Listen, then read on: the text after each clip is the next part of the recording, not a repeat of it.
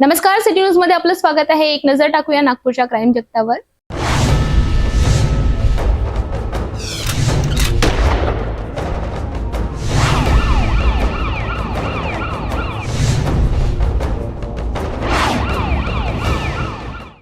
गणेशपेठ पोलिसांनी एक मोठी कारवाई केली आहे, ज्यात एक आरोपी एमडी पावडर बाळगून पोलिसांच्या तावडीत सापडला। या प्रकरणी संपूर्ण माहिती या प्रकारे।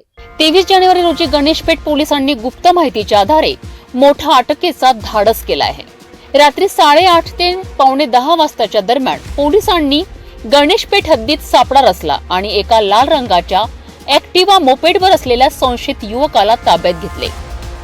आरोपीची ओळख विचारली असता त्याने आपले नाव रोशन शेख वाहिद शेख, वय 25 वर्ष, राहणार विनोबा नगर, दिघोरी, अडेगाव, उमर रोड, नागपूर अशी सांगितली। पोलिसांनी त्याची झडती घेतली आणि त्याच्याकडनं 12.5 ग्रॅम एमडी पावडर जप्त केली आहे। त्यासोबतच त्याच्याकडून 2 मोबाईल फोन, एक स्टेनलेस स्टील चाकू आणि ऍक्टिवा मोपेड दुचाकी असा एकूण 1,77,200 रुपयांचा मुद्देमाल जप्त करण्यात आलाय। आरोपी एमडी पावडर विक्री करण्यासाठी ही ड्रग्ज बाळगून होता असंही पोलिसांनी सांगितलंय। हा गुन्हा एनडीपीएस ऍक्टच्या कलम 8(क)22(ब)(29) आणि भारतीय दंडसंहिता अंतर्गत अन्य कलमांनुसार नोंदविण्यात आलेला आहे। आरोपीला अटक करण्यात आली असून पुढील तपास सुरू आहे।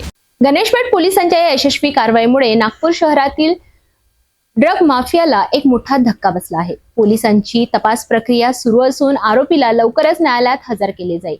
यासंबंधी सर्व अपडेट बघण्यासाठी बघत रहा सिटी न्यूज।